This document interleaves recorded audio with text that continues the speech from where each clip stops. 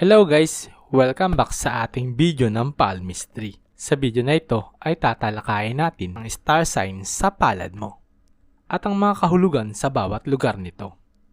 Meron ka ba nito?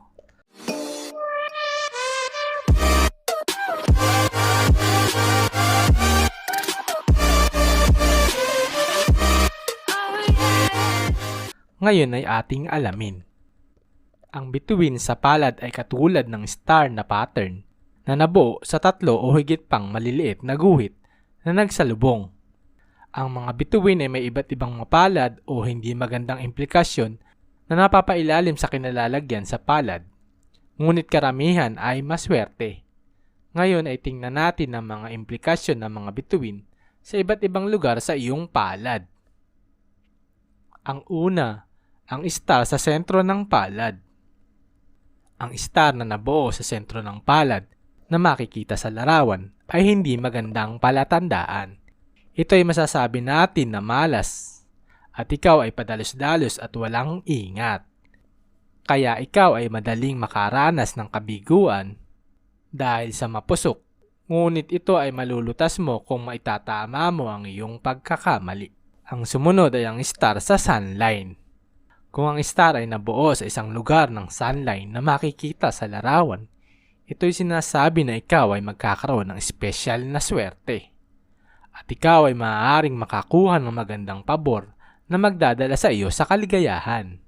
At kung ang star ay nasa gitna ng sunline na makikita sa larawan, ito'y sinasabi na ikaw ay magkakaroon ng napakaswerte at kadalasang makakakuha ng tulong mula sa iba. Magkakaroon ka ng mas mataas na posisyon sa lipunan at katanyagan at pagkatapos ay maaari kang maging isang kilalang tanyag na tao o matagumpay na tao kung maganda rin ang guhit ng iyong fate line. Ang sumunod ay ang star sa heartline. Kung meron namang nabuong star sa heartline na makikita sa larawan, ito ay nagpapahiwatig ng biglaang pagkakasakit, aksidente, o aksidenteng nakakapinsala at nagdudulot ito na makikipaghiwalay ka sa iyong kasintahan o kapartner dahil sa iba't ibang mga kadahilanan.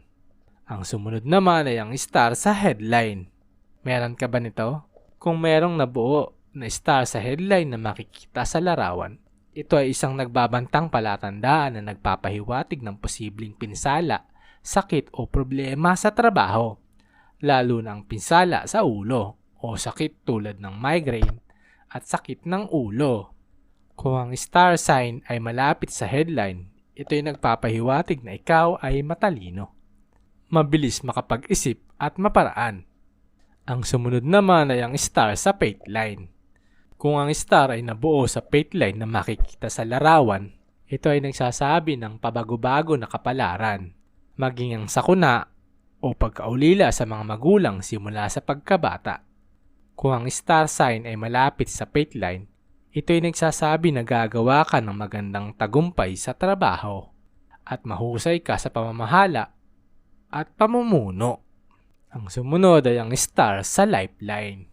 Kung ang star ay nabuo sa lifeline na makikita sa larawan, ito ay nagpapahiwatig ng pisikal na problema at dapat kang maglaan ng higit na pansin o mag-ingat upang ito ay maiwasan mo.